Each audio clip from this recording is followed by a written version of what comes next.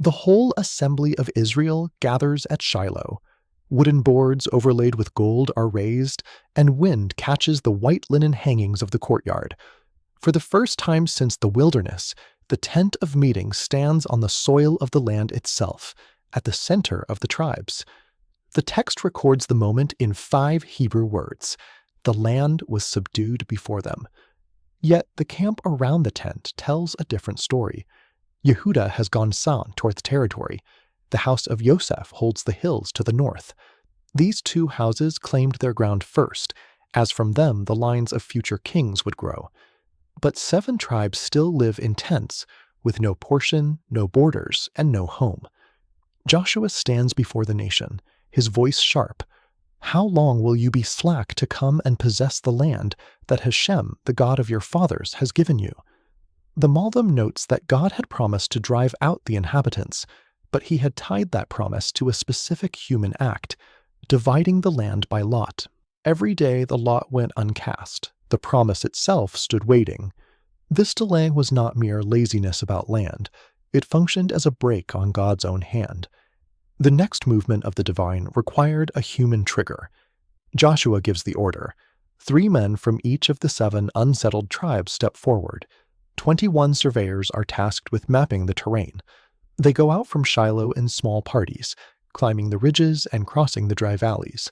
They pace out the springs, the olive terraces, and the locations of walled Bronze Age towns.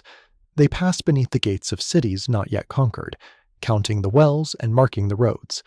They measure the fertile valleys and the stony ground alike. City by city, they record the land's features onto a parchment scroll. Names, borders, and 7 distinct portions begin to take shape in ink.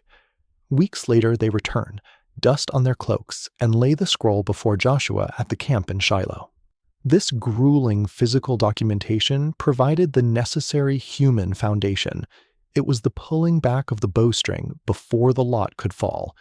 When Joshua sent the men to this task, he used a specific, strange word for what he would do when they returned. Bring it to me here, and I will shoot the lot for you before Hashem our God. A man who throws a lot is typically called a caster, letting the tokens tumble where they will. But this word, yara, is the word of an archer, one who aims at a fixed target. The Malbim observes that Jacob and Moses had already named each tribe's ground in their final blessings. The portions were fixed in tradition long before the surveyors walked them. Joshua carried that map in his memory. He approaches the ceremony as a marksman who already knows where the target is set. Before the tent of meeting, a plain earthen vessel is brought out. It holds marked wooden tokens, 1 for each tribe and 1 for each portion. The camp falls silent. Joshua's hand goes in. To the watching crowd, he appears to be a man casting a lot with an uncertain hand. In truth, the archer is aiming, and God makes the lot fall. The first lot rises, Binyamin.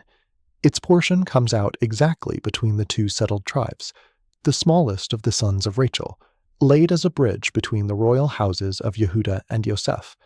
Within that narrow strip sit Jericho, whose walls fell in this generation's memory, and a fortified hilltop city still held by the Yevusi, a city called Jerusalem. No surveyor planned this alignment. Evening comes down on Shiloh. Cooking fires glow between the tents of the 7 tribes.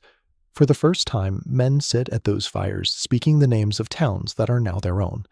Behind the curtains of the tent, the lamps are burning. The placement of Binyamin's portion tied the work of the surveyors to the ancient blessings. Physical sweat and divine architecture met in the same narrow strip of land. Piece by piece, the land was becoming theirs.